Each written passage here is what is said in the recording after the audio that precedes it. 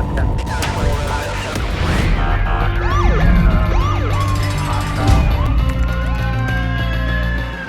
to be a street cop. Hey everybody, going to talk about a few things that I didn't get a chance to talk to about with you guys yesterday. And one of the questions that I had from somebody who came into the group was they wanted to, which I didn't get to, sorry. They wanted to know about arresting for Title 39 offenses, which in New Jersey, it's MV offenses. And what's interesting is this translated well into a discussion we had at the out-of-state class at South Dakota, where a lot of guys didn't know you could make an arrest for an MV offense when somebody was subject to a summons and you couldn't figure out who they were, or you felt like they were hindering their apprehension. There was a charge you could use, and a lot of guys in half the class did use it, and other half didn't. So we were able to achieve that for the out-of-state guys through discussion in class. So I'm going to talk about this today, and I'm going to explain to you the circumstances. And I've done videos about this in the past, but I know a lot of people who are new to this group have never heard this before. And I want to give a refresher, and hopefully you guys will be able to go out. What I'm telling you is when you hear this and I explain it, don't get confused on it. Make sure if you like what you hear, which you should, because it's a huge tool, and it's one that I always start my classes off with because it's so important, and I can't understand how people are not using it in New Jersey. I would like you to take this video and show it to your bosses or translate it well back to them in a diplomatic fashion and not in a, hey, we're idiots. Why aren't we doing this? It's, hey, we can do this. Why aren't we doing this? Okay? So I'm going to read a case to you, and it's literally 1994. That would make it 23 years old. May a police officer, and the question is, so here's this case called State versus Pierce. It's a really benchmark case in New Jersey history. And if you're watching this and you're out of state, which obviously we have a lot of members now. So if you're watching this, you probably have similar stuff. My advice to you is to go dig into what you have and see if what you have is similar to this. It should be. What I found so far from people from Virginia, Maryland, New York, Connecticut, people who have come to the training have said, like, honestly, it's the same shit in our state that you're teaching in this class. So it's a good refresher for people. So we have this benchmark case that comes out in Pierce. And when you read a case or a case law, I'm going to include the hyperlink. You can read through it. You really, sometimes the details of the case and what transpired that we're addressing don't reflect exactly what we're looking to get out of it. However, we always have to look at what was the question asked during case law. It's not that all the details and it has to be exactly the same. And the main question here that was asked in State versus Pierce was, may a police officer arrest any person who violates in that officer's presence any provision of Chapter 3 or Chapter 4, Title 39. And here's what the consent decree was. Here's what the judges said. It said, no, although 39.525 imposes no limits on an officer's authority to arrest for traffic offenses, the statute not be read literally. Now, where they're saying that is years ago, before there was traffic offenses, you would be arrested for a motor vehicle violation. There was not a lot of cars on the road. Crime wasn't what it was now. And if it wasn't reported because there was no cell phones and some people didn't even have telephones. So in like the 30s, if you had a motor vehicle violation, they didn't have tickets to write you. That changed, I believe, somewhere in the 40s or 50s. So you were actually brought into the police station and processed. And then I guess in the 40s or 50s, whenever that time came about, they said, hey, look, we're going to give you guys these things called motor vehicle summonses. You're not bringing people in for this crap anymore. Give them a summons. Tell them they got to show up to court or pay the fine, and that'll work. So that's what they're talking about when they talk about 39.525. When this law was developed, it empowered police to make arrests. So the courts limited that. So they took that and they corrected it with case law. So that's what case law does. It corrects the existing law. And it clarifies what you can and can't do. It dictates how police work in the field. So here's what it says. There are other sources of law that suggest an officer's authority to arrest under 525s. And this is the source of law that we're talking about. And on top of that is also Court Rules 3:4-1, 3:4-1, 3:3-1C, and I'll add all this stuff up in here, and 7:2-3B. And it says an arrest is necessary to protect the public safety. So we know if you're pulling somebody over and they're drunk driving, you're going to make the arrest. That's common, right? It goes with it. If you ever thought about it, like what's interesting is what makes it okay to arrest somebody for a drunk driving when it's also a motor vehicle violation in New Jersey. Now, not in other states. I know most states it's a crime. In New Jersey, it's a motor vehicle violation. You actually don't get fingerprinted in New Jersey for DWIs. Interesting enough for the guys who are in this group that are from other states. Still has imposed jail times and all that stuff and license suspensions, but it's just the statute that dictates it is a different one than what you would find in another state where it's criminal code that dictates the DWI. So this is actually the case that really allows you to arrest for DWI. So public safety, a lot of towns, if you're watching, and I tell this to guys in the class, 39.3-40, which is driving while suspended, that is something that a lot of towns arrest for mandatory. It's a mandatory arrest. In New Jersey, you can go either way. You're allowed to arrest for it. You don't have to. We usually issue summonses. 3-10, unlicensed driver. That's another one that other state that there's some towns where it's a mandatory arrest. So you have those statutes up. 4-49.1, CDS in a motor vehicle is considered a serious offense or a necessary to protect public safety. That would be considered one of those offenses, and that's addressed in State v. Judge, that's considered one of those offenses that you can make an arrest on Title 39 just for the odor of marijuana in a car, or some kind of CDS offense where you've developed some kind of, probable cause regarding the CDS. And the second half, it's the most important half that I'm trying to convey to you today, is it says, or to assure that the offender will respond to a summons. So someone with no identification and you can't figure out who they are. So the point is this, and I've always made this point in class, and thousands of guys have taken and girls have taken the training, and we always use this example. I'm going to use it for you now to help you understand what I mean. If you are out and you're on patrol, you see a car, here's your example, and the front seat passenger, which in New Jersey is a primary violation, is not wearing his seatbelt. You would stop the car, you get the driver's information, then you're going to ask the passenger for his information. Hey, man, you weren't wearing a seatbelt. Do you have your license on you? No, officer, I don't have my license. Okay, step out. Let me talk to you over here. Let me get some information from you. Why do we do that? We don't want you to hear, we don't want this guy, the passenger, to let the driver hear what he says his name is, because when he's lying about his name and the driver already heard what he said, he's going to commingle. He's going to be his co-defendant on it. So you want to separate it. So if you step out of the car and he says his name is Joe Sharp, and you go back to the car, and he's like, no, that's Jim Jones. Now you know you have a problem. You've built more of a case. But let's say you have this guy step out of the car. Hey, what's your name, sir? And he tells you Joe Sharp. Mr. Sharp, your date of birth, 11/27/1981. Okay. Mr. Sharp, 11/27/1981. All right, cool. Your social security number? Well, I don't know my social, officer. Okay, well, you've been in this group long enough now. You get those magic words. You have somebody who's wanted, who has warrants. All right, so Mr. Sharp, you don't know your social. Okay, that should be a real big clue, real red flag that's going up. Okay, Mr. Sharp, how old are you? I'm 30. I'm 38. Mr. Sharp, you just told me that you were born 1981. It is 2017. There is no possible way that you are 38 years old. That's incorrect. Okay, well, yeah, I'm 36. Mr. Sharp, you're not 36 yet. Your birthday's in 3 weeks. So no, I'm 35. I'm going to be 36. Okay, you go back to your car, you get on your MDT, you plug in the numbers and the information, and it comes back no NGSP want, no DMV record, no NCIC found, nothing. It's just a ghost. You call your dispatch center because you think they're going to run a better search than you could, and you ask the dispatcher, hey, could you run this guy? She come back with nothing, or he, usually it's she, sorry, let me be sexist, but there's he's too, I know. So she comes back and says, no, there's nothing found on that guy either. Okay, cool. You go back to the guy, you ask him again. He gives you the same bullshit answers. He doesn't know his social. He's clearly a person who probably was licensed, maybe had even been incarcerated at one point. You're not dealing with somebody who looks like the most upstanding citizen in the world. You have to have known that this guy has got to be in trouble at least once in his life, or has something on record. And you're asking questions, sir, is there anything you have? I don't have anything. Is anybody can testify to it? You got all this stuff. Who can tell us who you are? And you just have nothing. And you come at the end, and guys always make excuses like, well, I'll ask him a ton of questions. Like, I'm talking about the end, when you don't have any other means of finding out who this person is. The question is, what do you do at this point? If the answer to this is not arrest him, you're wrong. Okay. And you're allowed to make the arrest on this, because you now have somebody who's subject to a summons, who cannot produce identification, and we don't know who they are. Now, we know that the person more than likely has warrants. Okay. You're a cop. And the courts allow this to be done. So much so that I got to tell you, I've done this hundreds and hundreds of times. And every class we have people raise their hands. And the question I pose to the guys who do it, I had a guy yesterday tell me he did it a dozen times in the past 2 months.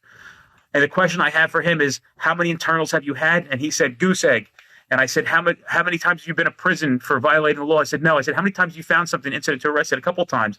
I said, how many times did that go to court and it was adjudicated and there was a disposition made where it was guilty or not guilty? He goes, guilty. Never had a problem with it. And the answer to that is, you want to know why? I'm talking about search incident to arrest when you find drugs after making an arrest on a motor vehicle offense under these circumstances, is because it's legal. So you're allowed to do this. Maybe your department never heard of this before. I'm just curious what you would do if you didn't do this. You have a guy who's clearly lying to you, and a lot of people say things like, well, my sergeant says to just write the name that he gave us and let him go. We don't do things like that here. You don't do things like that here because you don't know you can. And I thought I'm here just to bridge the gap between administrations and patrol division or whoever, or subordinates, if you want to say it. So take time to read this, understand it. You may pose this question to somebody who you consider to be a legal expert. I will have you know that really, really be very careful and who you're asking their opinion on things, especially in New Jersey law enforcement. Because somebody reads case law doesn't mean they understand case law. We have a lot of that going on. Because somebody may have a degree like this or like a certificate and they have a job somewhere and it says that they have a law degree, it doesn't mean they know what they're talking about. Okay, I make the point all the time. Forrest Crump graduated college, but I wouldn't want him representing me in a defense. So make sure you talk with somebody who understands what this is. I mean, simply so. I mean, I did this for years, and then I had an AP ask me if we could do this, and I said, "You've been the zone AP here, and I've been doing this. I don't know why you're asking this question. You've never had it." So it's just interesting. Just be careful who you're asking questions, through, and what you're asking them for the correct answers. So I would never set you up with something that would lead you in the wrong direction. I want you guys to go out and do this job correctly. This is true. This can be done. It's done, and I would implore, and I'm going to ask people in the group who are watching this video, please comment and let us know if you do this as well, because there's hundreds and hundreds of guys and thousands of guys and girls that do this in law enforcement. Please, in this group, right? I do it. Never had a problem. Great arrests all the time. So you can do this. The name of the game is to not let somebody go, and then like they miss court, and you'll find them again. Like it's crazy. If you think you got somebody warrants, like this Sarge, this guy's got warrants. Let him go, because we don't know what to do. Now you do. Now, if you do the same thing again, you take those behaviors and you let them go. Now you're a fool. Now you can be pointed at and go, well, you knew better. I had a guy who came to my class. If you're watching, dude, I'm not going to say your name, and I'm sorry for using it as an example. Came to my class. This was thoroughly explained. He was an administrator at his agency. And when he came back a second time, I said, hey, are you guys implementing this now? And he said, no, we're not. And I said, why? He went, I don't know. So even though he knew that you could do this, I don't know where the thought is why you're not comfortable in reading case law, understanding that this is the law, and then employing it. Go into your SOP. A guy wrote me the other day. What's up, Brian? And he said, I guess I can't do this at my agency. His agency's SOP mimicked State versus Pierce. It was literally written almost verbatim under State versus Pierce. And I'm like, yeah, you can. Just read. It's the same thing. It says exactly this. So he's allowed to do it in an SOP. He didn't know. So guys, just look into this stuff, okay? Next subject. If you have questions about that, you can write in. You can write during the live session here. I'll answer any questions you have. I'm going to go to my second question. George Carball, who's in the group, we did a video yesterday. He asked about, there's always a little confusion between State v. Ireland and PC searches and safety searches and search intent to arrest. So let me try to be real clear. In New Jersey, and this probably applies for every other state, in State versus William Whitmer, I'm going to back out of this just to go to the language that I need, so I want to quote it correctly. Just hold on one second. Let me just go to my WIT slide so I can verbatim give it to you. Okay? Does this make sense for everybody? Bear with me one second. In WIT, in the ruling in 2015, if this isn't new enough for you, here's what it says. PC in a car, this is what you can search it. Exigent circumstances are inherently in the motor vehicle due to its mobility. It says, significantly, we also made clear in Alston Super that merely because the particular occupants of the vehicle may have been removed from the car, arrested, or otherwise restricting their freedom of movement, police were not required to secure a warrant when probable cause was present.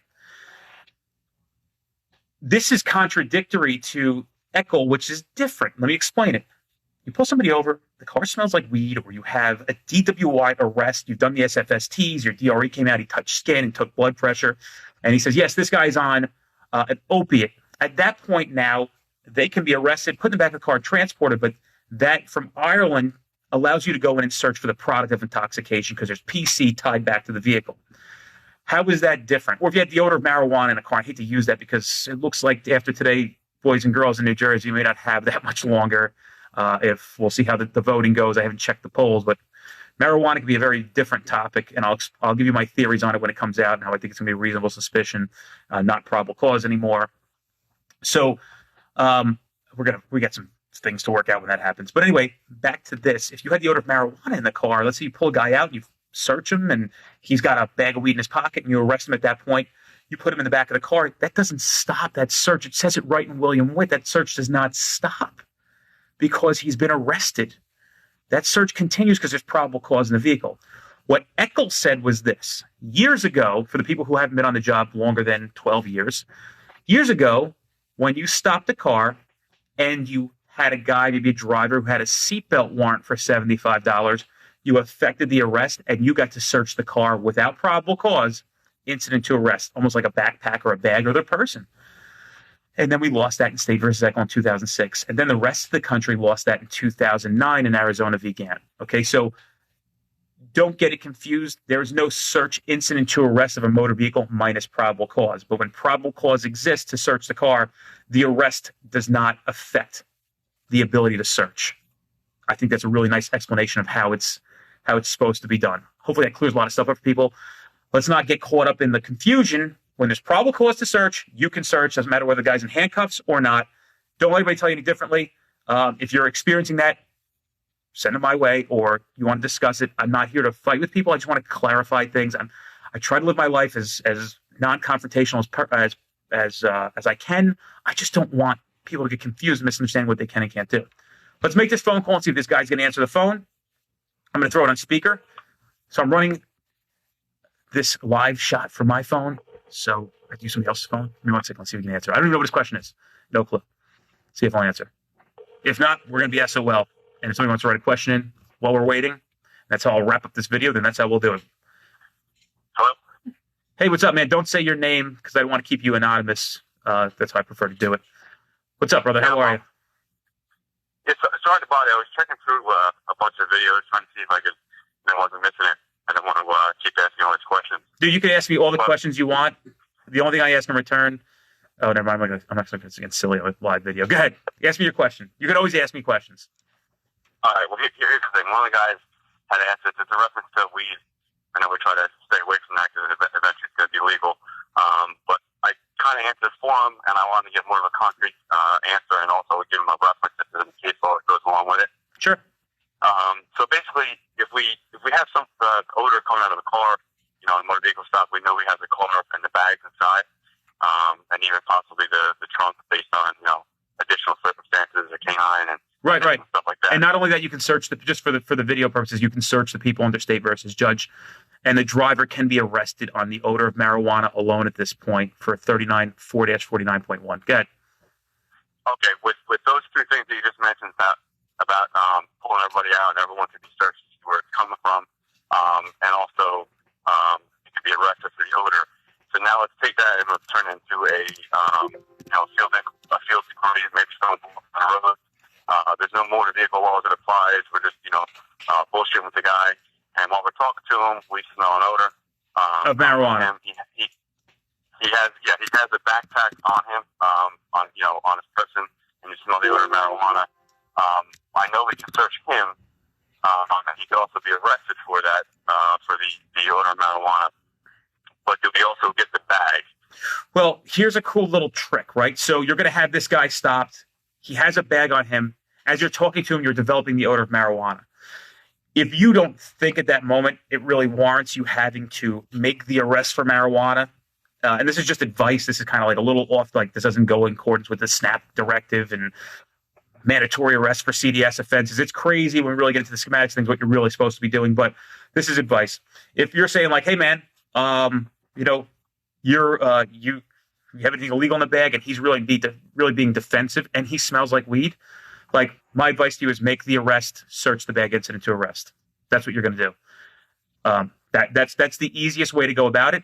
The only other way I could tell you is like if you didn't want to make the arrest, you would remove the bag, take it to the side, call for a canine unit, let the canine unit sniff the bag, and then go for a warrant for the bag. That's what you'd have to do. Those are your two options. Or your third option is go back to 7-Eleven, grab a coffee, and call it a day. But really, the search, incident to arrest, you're going to get the backpack with that. If he smells like weed, make the arrest, search the bag, incident to arrest. The case is State versus George Myers. Has nothing to do, although this was a setting of a motor vehicle in Myers after a possible shooting.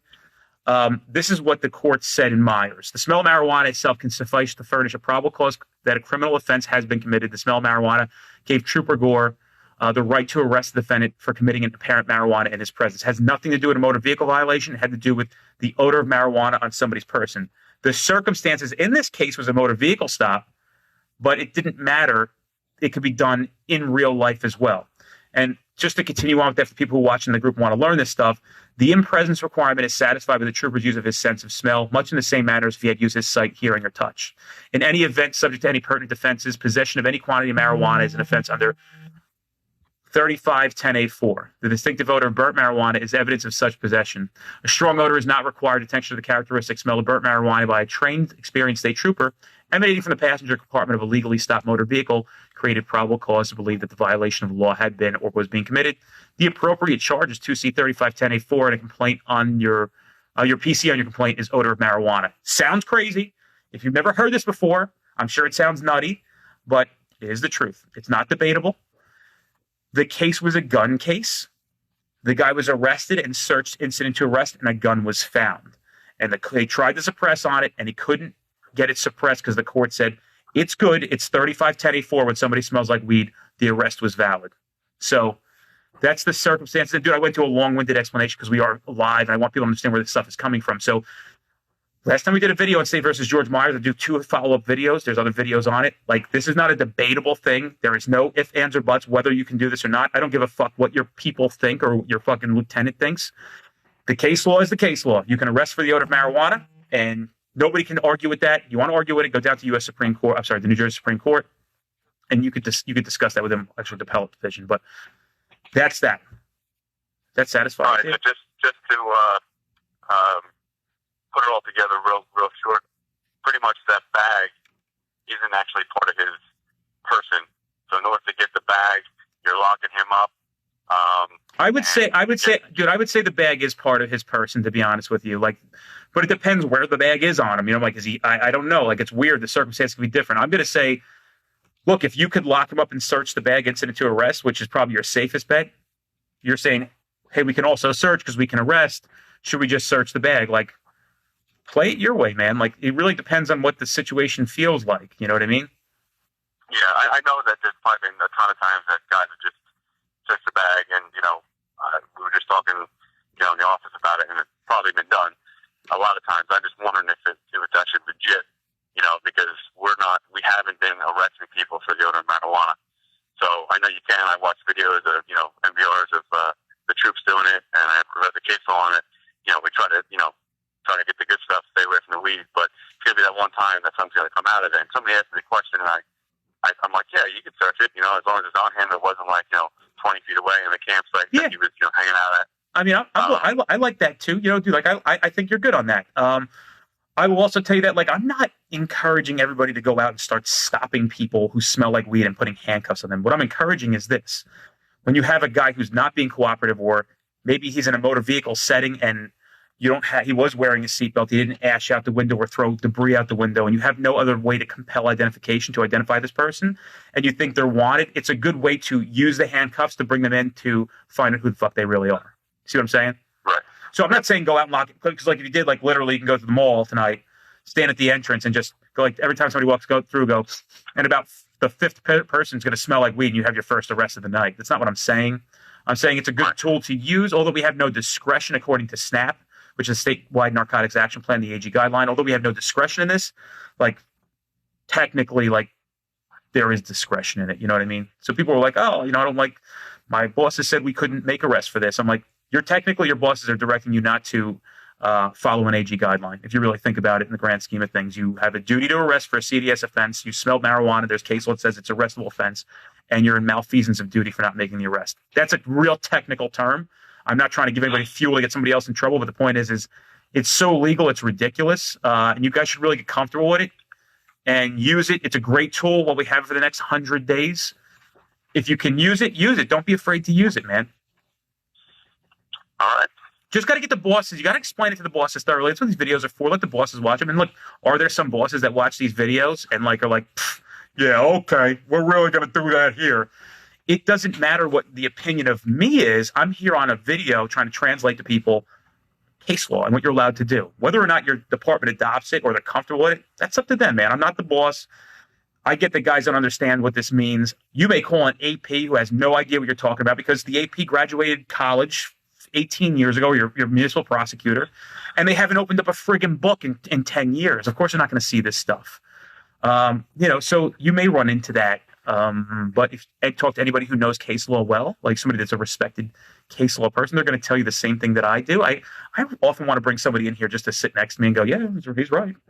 Like somebody, I know a few guys that like, even when I'm a little like, if I find myself to be unclear at all on some case law, I'll make a phone call to these fellas. I value their opinion so much that I'll, I'm like, hey man, like, what do you think of this? How do you interpret it? You interpret it like I do? Like, yeah, we do, same thing. I'm like, cool. So that's my advice, dude. Hopefully, I kept it long-winded because, again, we're on video. I'm trying to really thoroughly explain things. So this can translate well to the other 6,400 people at this current junction in our group that watch this video. Yeah, no problem at all. I totally appreciate it. Like I said, I hate to keep calling you and texting you. Dude, I don't care. No. Our people here will say call an AT, and like you just said, it's you call somebody at 2 a.m. when you're on a stop, and they got to call 2 other people to call you back if they don't know. So I'd rather get the info myself, and then this way when you talk to an AP, you say, oh, check out this case me, whatever. So at least I know what I'm talking about when I'm trying to get second degree approval, or I'm able to get a search warrant signed or something. Yeah, hey dude, like think about this, like it's crazy that you call these people, and I wish it was a perfect world. I wish I'd say call your AP. They're geniuses, but like I can't tell how many times I've called and like they didn't know answers, and everybody gets this response like, well, I don't know the answer to that one. I'm not really clear. It's not like my cup of tea, but I'm going to call the guy that knows that, and I'll call you back. And then you never hear from them again. And then you're emailing and calling. They don't want to answer your phone. They're dodging your calls. Right. So sometimes I tell people like, yeah, your best bet is to make friends with a really good defense attorney, like really good. Maybe bring them out to dinner for a lobster or something like that. Like, I call you and ask you questions. And even then, dude, like we've had defense attorneys that don't know their ass from their elbow they're talking about. I've had cases where guys ask me to review, and I'm like, oh, this case is shot, man. It's bad. You didn't advise the right fuse. And they're like, yeah, they pled guilty. Their attorney led them that way. I'm like, people are paying thousands of dollars for attorneys that don't even know how to apply case law. Like I said, that magic piece of paper, like something like that looks like this or this behind me, it doesn't equal that you're smart. It showed that you can read, ingest and regurgitate on paper to pass an exam. But really, the smarts of it is this, you're just who you are, your DNA. So if you don't understand this shit, and there's no humility, dude, either. Like, there's no humbleness. Like, I don't really understand this. I know I'm this guy, but I don't really get it. There's not a lot of humility in this business either. People will not, they will not lay down the sword and say that they're wrong. Just the way it's the nature of this business that we're in. So that's it. My last question for you is, I have a question for you. On a scale of 1 to 10, what would you put me at, like in your book? Oh, you're all the way up the top. Like, give me a number, dude. Like, don't leave me hanging. I'll give it a 10 because since I got your cell phone number, I text you, you get back to me right away. You emailed me right away. Anytime I send you something, you say, "Can I put it in the group?" So besides that, like looks, dude, looks wise. Come on, man. It's a 10, right? You look like you're doing all right, though. With the family and the house in Millstone, I think you're doing all right. Thanks, brother. Give away a position right now in the group. That's all good. Hey, yo, I'm going to jump off the phone, bro. I'm going to end. This is a long, long video. I know a lot of guys are actually taking this to the gym. I'm seeing as we go along, we got a lot of people watching, and it's a long video. So we're gonna cut it short. Did I answer everything that you needed? Yep. Cool, man. Nice talking to you again. Thanks again. See you. All right. Bye-bye. Later. That's it, guys. I'm done. Hope this brought you some value. StreetCopTraining.com if you need to know when the next classes are coming up. You are trying to get to that next level in your career. Bye-bye.